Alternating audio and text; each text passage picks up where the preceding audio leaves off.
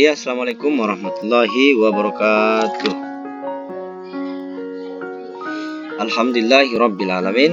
Assalatu wassalamu ala asrafil anbiya'i wal mursalin Sayyidina Muhammad wa ala alihi wa sahbihi ajma'in, amma ba'd. Kita bersyukur kepada Allah dengan mengucapkan alhamdulillahi rabbil alamin dan bersalawat kepada Nabi Allah Muhammad SAW dengan mengucapkan Allahumma salli ala Muhammad. Siswa-siswi sekalian, anak-anakku sekalian dimanapun berada, hari ini kita akan membahas dan melanjutkan kembali pembelajaran kita Al-Quran Hadis yang sudah sampai di bab 2. Di video sebelumnya kita telah menjelaskan secara singkat dan rinci mengenai tentang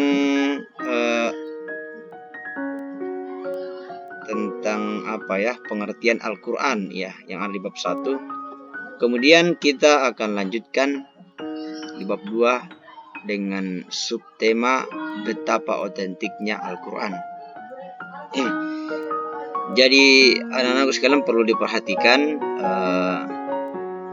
bahwa materi kita ini adalah materi yang berkaitan erat dengan Al-Quran, yang mana sehari-hari kita dapat menemukan Al-Quran dengan mudah, banyak di rumah, banyak di masjid, bahkan di aplikasi pun ada yang dinamakan aplikasi Al-Quran, itu bisa kita dapatkan ya. Jadi tidak ada alasan untuk tidak memiliki Al-Quran.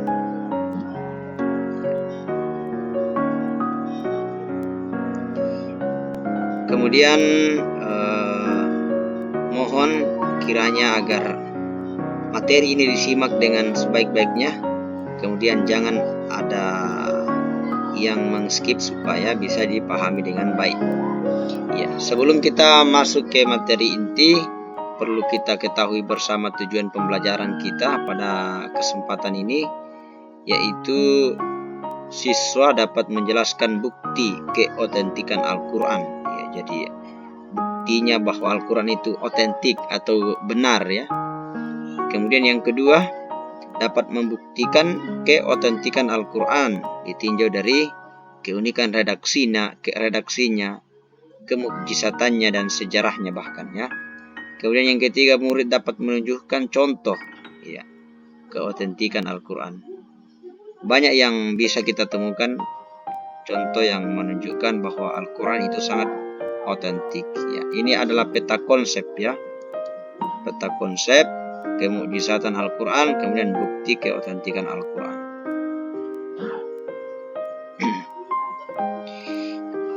Ya, seperti yang kita lihat pada gambar adalah mushaf Al-Quran yang ditulis pada zaman dulu ya. Pada masa sahabat ini agak kurang jelas. Naskah Laut Mati merupakan salah satu naskah Injil tertua di dunia. Nah, ini ya.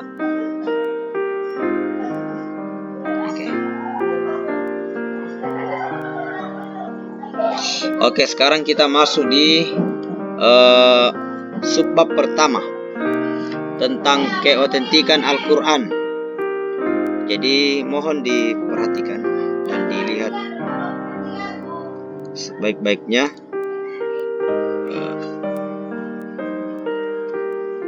Yang pertama yaitu Al-Quran merupakan mukjizat.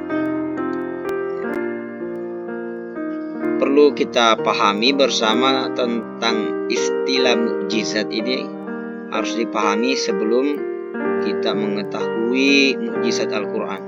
Jadi mukjizat itu berasal dari kata ajaza yu'jizu, ijazan, mukjizun, mukjizatun, yang berarti melemahkan atau mengalahkan lawan. Mukjizat juga diartikan sebagai sesuatu yang menyalahi tradisi atau kebiasaan, atau sesuatu yang luar biasa lah. Artinya tidak biasa di kalangan umum ya. Sebentar kita lihat contohnya ya. Secara terminologi, Manna al-Qatan mendefinisikan mukjizat yaitu sesuatu yang menyalahi kebiasaan disertai dengan tantangan dan selamat dari perlawanan. Ya, jadi mukjizat ini itu hanya disematkan kepada para nabi dan rasul. Ya, kemudian juga ada dalam Al-Qur'an ya. Jadi nabi dan rasul itu diberikan mukjizat berfungsi untuk membuktikan kepada umatnya ketika dia mencari pembenaran bahwa apakah dia benar-benar rasul atau nabi, rasul dan nabi, maka diberikanlah dia mukjizat supaya para kaumnya itu percaya. Ya. Seperti contoh ya, Nabi Musa dalam sejarahnya dituliskan memiliki mukjizat dapat merubah tongkat menjadi ular. Ya. Jadi sejak zaman dulu itu ilmu sihir sudah ada ya. Ketika Nabi Musa diperlihatkan dengan ular-ular, maka dia pun melawan dengan melemparkan tongkatnya dan berubah menjadi ular yang besar dan memakan ular-ular kecil. Kemudian apalagi Nabi Isa ya. Nabi Isa yang memiliki mukjizat dapat menyembuhkan orang yang buta dari lahir dan bisa melihat lagi. Ya, apalagi yang paling mudah Nabi Ibrahim contohnya. Nabi Ibrahim itu dilemparkan ke dalam api, namun justru dia merasakan kedinginan. Itu kan mukjizat. Padahal dari segi kebiasaan api itu kan panas ya. Tapi karena para nabi dan rasul diberikan mukjizat untuk membuktikan bahwa dia adalah nabi, maka dia dapat mukjizat. Ya, jadi anak-anakku sekalian, jadi itu adalah pengertian singkat tentang mukjizat, bisa dipahami. Kemudian syarat-syaratnya mukjizat. Ya. Jadi syarat itu adalah sesuatu hal yang mensyaratkan supaya sesuatu itu bisa disematkan menjadi mukjizat ya. Jadi ada syaratnya istilahnya. Yang pertama itu, karena sini syaratnya ada 5. Yang pertama itu mukjizat adalah sesuatu yang tidak sanggup dilakukan siapapun selain Allah. Jadi mukjizat itu datang dari Allah ya. Di luar kehendak manusia, hanya Allah yang mampu melaksanakan atau melakukan, maka itu disebut mukjizat ya. Kemudian menyalahi hukum kebiasaan ya. Seperti tadi, api itu kan panas, tapi tidak berlaku bagi Nabi Ibrahim. Itu namanya mukjizat. Kemudian, mukjizat itu harus hal yang dijadikan saksi oleh seseorang ya, yang mengakui bahwa risalah ilahi sebagai bukti atas kebenaran pengakuannya. Ya, seperti yang saya sebutkan tadi, mukjizat itu untuk membuktikan ya pengakuannya sebagai nabi. Karena banyak masyarakat yang tidak percaya, sehingga harus dengan mukjizat atau sesuatu hal-hal yang luar biasa yang bisa dilihat. Ya, tidak ada seorang pun, bahkan jin sekalipun, dapat membuktikan dan membandingkan dalam pertandingan tersebut. Jadi mukjizat ini hanya kehendak Allah ya. Tidak ada sesuatu makhluk pun yang bisa melakukan kecuali izin Allah. Ya, Nabi Ibrahim tidak terbakar api itu kan atas izin Allah, bukan kehendak Nabi Ibrahim itu sendiri. Jadi itu yang disebut sebagai mukjizat. Iya. Kemudian macam-macam mukjizat. Mukjizat dapat dibagi menjadi 2 macam. Ya, ini ya, ada disebut mukjizat hissi dan ada disebut mukjizat maknawi. Yang mana itu mukjizat hissi? Ya. Mukjizat yang dapat dilihat oleh mata atau panca indera ya. Artinya bisa disaksikan oleh panca indera, mata, hidung, telinga, diraba oleh tangan dan lain-lainnya. Ya, gunanya untuk apa? Itu hanya sekedar menunjukkan kepada manusia bahwa benar apa yang dikatakan seseorang ini atau nabi ya. Seperti siapa lagi? Nabi Musa ya. Pada saat dia tidak dipercaya oleh Nabi, maka dia melemparkan tongkatnya dan berubah menjadi ular. Itu kan dapat dilihat. Ya, itu adalah mukjizat hissi untuk menunjukkan kepada orang supaya dia percaya.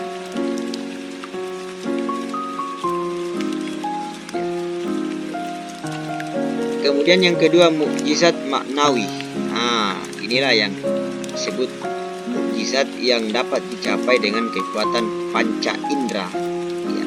Tanpa adanya akal sehat, maka kita tidak akan percaya dengan mukjizat tersebut. Ya. Kalau kita tidak berpikiran sehat, maka mukjizat itu tidak akan bisa kita terima. Jadi harus dengan akal pikiran yang jernih serta kejujuran menggunakan akal untuk dapat mengetahui atau bisa disebut mukjizat. Saya kasih contoh ketika Nabi diperjalankan oleh Allah yang disebut Isra Mi'raj. Itu kan tidak bisa dimasukkan ke dalam akal seorang manusia yang diperjalankan oleh Allah dalam tempo 1 malam untuk sampai kepada langit ke-7. Kalaulah kita tidak menggunakan akal serta hati yang jernih, maka kita tidak akan percaya mukjizat tersebut. Tapi karena kejernihan akal Abu Bakar As-Siddiq, maka dia adalah orang yang pertama mempercayai bahwa Nabi melakukan perjalanan Isra Mi'raj. Ya, padahal jarak antara Mekah dan Palestina itu kan cukup jauh, ya, bisa jadi menempuh perjalanan kaki 1 bulan supaya bisa sampai kira-kira. Jadi itu yang disebut sebagai mukjizat maknawi, yaitu mukjizat yang dicapai dengan kekuatan akal. Sekarang kita pindah kepada materi inti, yaitu I'jazul Quran, yaitu mukjizat yang ada pada Al-Quran.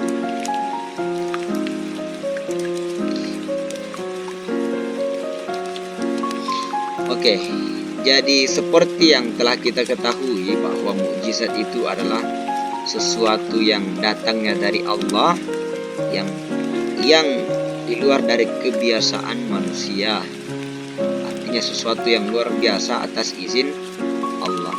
Ketika mukjizat itu disematkan kepada Al-Quran, maka Al-Quran itu sendiri akan menjadi sesuatu yang luar biasa, yang tidak ada satu makhluk pun yang dapat membuat suatu buku atau kitab atau tulisan yang sebanding dengan Al-Quran. Maka itulah disebut sebagai mukjizat Al-Quran. Gunanya apa? Untuk menumbuhkan kesadaran pada manusia bahwa wahyu Allah Subhanahu wa Ta'ala itu merupakan bukti kerasulan Nabi Muhammad SAW. Jadi perlu diketahui, Al-Quran itu adalah salah satu mukjizat Nabi Muhammad SAW. Dalam sejarah, ketika para orang-orang Quraisy yang tidak menerima Nabi sebagai Rasul diminta untuk membuat suatu tulisan atau syair yang seperti Al-Quran, tapi tidak ada satupun yang mampu, karena Al-Quran itu adalah firman Allah yang tidak ada bandingannya. Ya, disinilah letak kemukjizatan Al-Quran itu. Nanti kita masuk pada segi aspek-aspek kemukjizatan. Ini sudah, ya. Jadi sesungguhnya mukjizat Al-Quran itu banyak aspeknya. Ada dari segi bahasa, ada dari segi isi kandungan atau maknanya, ya. Kemudian apalagi ya, jadi Al-Quran itu mukjizatnya ada 2 aspek, dari segi bahasa atau gaya bahasanya, kemudian dari segi isi kandungan, ya. Yang pertama, mukjizat Al-Quran dari gaya bahasa atau uslub, ya. Jadi Al-Quran itu mempunyai gaya bahasa yang khas, ya, yang tidak dapat ditiru oleh para sastrawan Arab sekalipun. Sudah saya sampaikan tadi bahwa tulisan Al-Quran itu tidak ada yang dapat membandinginya, karena memang itu adalah firman Allah. Kalaulah dikumpulkan para ahli-ahli bahasa, ahli penyair di seluruh dunia untuk membuat syair serupa dengan Al-Quran, maka mustahil, tidak ada yang mampu membuat syair seperti atau tulisan seperti Al-Quran. Inilah yang membuat Umar bin Khattab setelah mendengarkan adiknya membaca ayat Al-Quran, membuat Umar bin Khattab itu menjadi luluh sehingga dirinya masuk Islam setelah mendengar ayat pertama Toha, ya. Ayat pertama Toha. Bisa nanti dibuka Al-Qur'annya, buka Quran surah Toha, di sana dilihat ya ayat pertama dan seterusnya. Ya. Kemukjizatan Al-Quran, kita lanjut. Dari segi bahasa itu bisa dilihat beberapa keistimewaan. Yang pertama itu kelembutan Al-Quran secara lafaz, ya, yang terdapat dalam susunan suara yang indah bahasanya. Ya, jadi Al-Quran itu lafaznya indah, makanya banyak orang-orang yang berkecimpung dalam dunia tilawatil Quran itu kalau dibacakan maka kadang hati kita itu tergetar mendengar lantunan ayat suci Al-Quran, ya. Kemudian keserasian Al-Quran baik untuk awam maupun cendekiawan, ya. Dalam arti bahasa, semua orang dapat merasakan keagungan dan keindahan Al-Quran. Jadi bahkan orang buta pun mampu menghafal Al-Quran sampai selesai. Itulah salah satu kemukjizatan Al-Quran. Ya. Orang buta sekalipun banyak kita temukan itu mampu menghafal Al-Quran, akan dengan mendengarnya saja itu bisa dihafal. Bahkan ada anak yang ketika lahir sudah bisa membaca Al-Quran. Itu kan salah satu keistimewaan atau kemukjizatan Al-Quran. Kemudian keindahan dalam kalimat serta beraneka ragam bentuknya.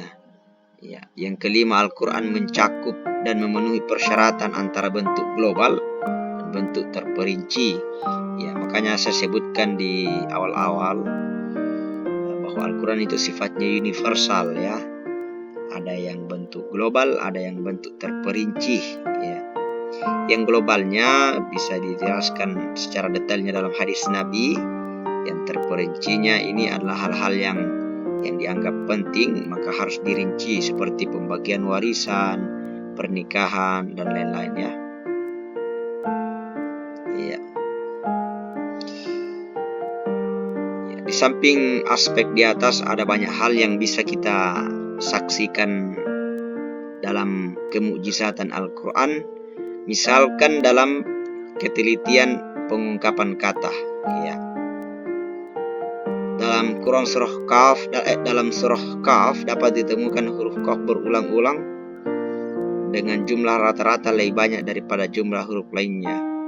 Ya. Demikian pula huruf Alif, Lam, dan Mim yang mengawali surah Al-Baqarah. Jumlah masing-masing huruf tersebut ternyata lebih banyak daripada huruf-huruf yang lain. Ya. Nah, apalagi banyak, ya.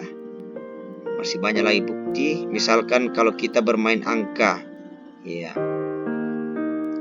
Masih ingat misteri angka 19, ya. Yang mana angka 19 itu yakni huruf yang terdapat pada kalimat basmalah, Bismillahirrahmanirrahim, itu terdiri dari 14 huruf dan setiap katanya terulang 19 kali. Dan surah-surah Al-Quran di beberapa kali kelipatan angka 19 dengan penjelasan sebagai berikut. Ismun, ya, kata 19 kali di dalam Al-Quran. Kalimat Allah berulang 2698 kali, itu berarti 19 kali 142. Ya. Kemudian Ar-Rahim berulang 144 kali, itu berarti 19 kali 6. Ya, ini semua angka ini adalah bentuk kemukjizatan Al-Quran. Mustahil ini dibuat oleh manusia yang serapi ini menentukan angka-angka.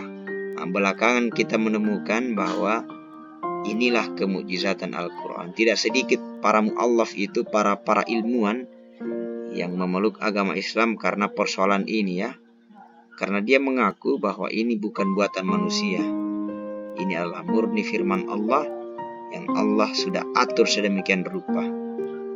Ya. Kemudian kemukjizatan Al-Quran dari isi kandungan. Ya, jadi Al-Quran itu mengandung berita yang bersifat gaib. Ya, jadi ada berapa ini?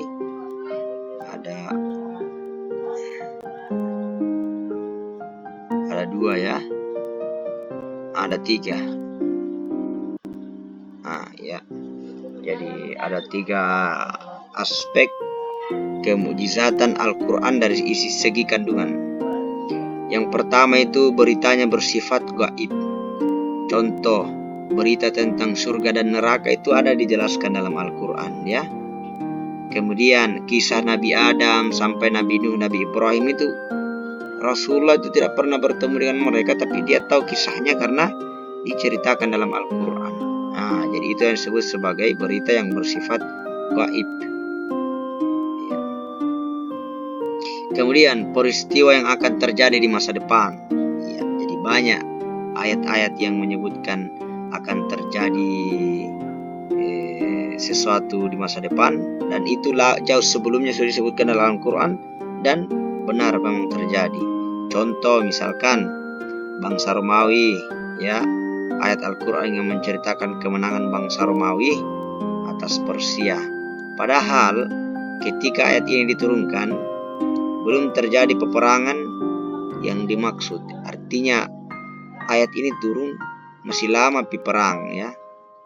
Ini kan berita gaib, berita yang belum terjadi, tapi Al-Quran sudah memprediksi. Ya, itu salah satu kemukjizatan. Kemudian i'jazul ilmi, jadi kemukjizatan dari segi pengetahuan. Ya, Al-Quran mengungkap isyarat rumit terhadap ilmu pengetahuan. Banyak contoh ya, misalkan Al-Quran menjelaskan bahwa pada mulanya dunia ini seperti batu, ya. Kemudian batu itu meledak dan terpisah-pisah menjadi planet-planet. Itu kan ada dalam Al-Quran itu yang disebut sebagai teori Big Bang. Belakangan ilmuwan Big Bang menemukan bahwa alam semesta ini terbuat karena adanya ledakan. Itu kan berasal jauh sebelum itu Al-Quran sudah menerangkan ya betapa tingginya ilmu dalam Al-Quran. Kemudian apalagi Al-Quran memberikan aturan hukum atau undang-undang yang bersifat universal. Universal itu maksudnya mencakup seluruh kehidupan umat manusia, mulai dari urusan agama, urusan sosial, urusan budaya, urusan ekonomi, urusan dan semua urusan ada di dalam Al-Quran. Makanya Al-Quran disebut sebagai pedoman hidup umat manusia. Jadi bukan hanya umat Islam saja, tapi seluruh umat manusia Al-Quran dijadikan pedoman.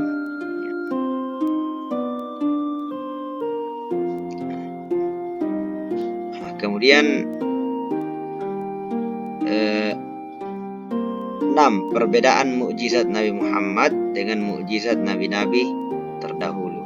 Nah, sebelum kita melangkah lebih jauh, perlu diketahui lagi, saya ulang bahwa Al-Quran itu adalah firman Allah yang diturunkan kepada Nabi Muhammad. Jadi Nabi Muhammad itu salah satu kemukjizatannya itu adalah mendapatkan Al-Quran, yang mana Al-Quran itu sendiri memiliki kemukjizatan yang luar biasa.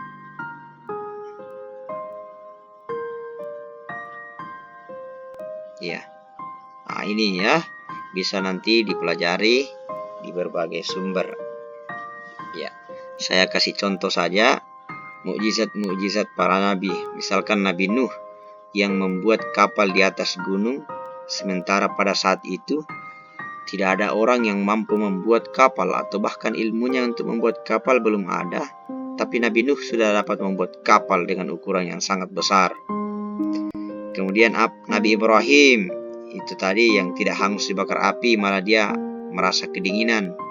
Ada dalam Quran surah Al-Anbiya. Nabi Musa yang dapat merubah tongkatnya menjadi ular besar. Apalagi Nabi Daud yang kemampuannya dapat melunakkan besi sehingga dia mampu membuat baju-baju perang, baju-baju besi yang terbaik. Itu kan semua mukjizat.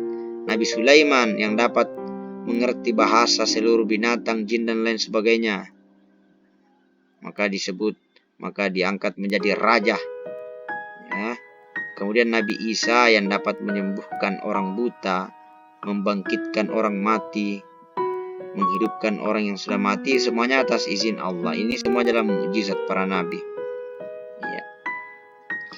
Ya, terakhir keotentikan Al-Quran. Ini ditegaskan dalam Quran surah Al-Hijr, Inna nahnu nazzalna dzikra wa innahu lahafizun. Sesungguhnya kami telah menurunkan Al-Quran dan pasti kami pula yang memeliharanya. Jadi sejak hingga pertama kali diturunkan Al-Quran sampai sekarang itu tidak berubah. Ya, tidak berubah maknanya. Mungkin saja yang berubah model penulisannya, tapi sesungguhnya isinya itu sama, ya, tidak berubah. Jadi Al-Quran itu keotentikannya sangat terjamin, ya, bahwa Al-Quran itu menentang siapapun yang meragukan kebenaran. Itu disebutkan di dalam Quran surah At-Tur. Ya. Kemudian pada ayat selanjutnya disebutkan bahwa Al-Quran itu menentang bahwa manusia dan jin tidak akan pernah mampu mendatangkan semisal Al-Quran. Bahkan jin saja juga tidak mampu, apalagi manusia.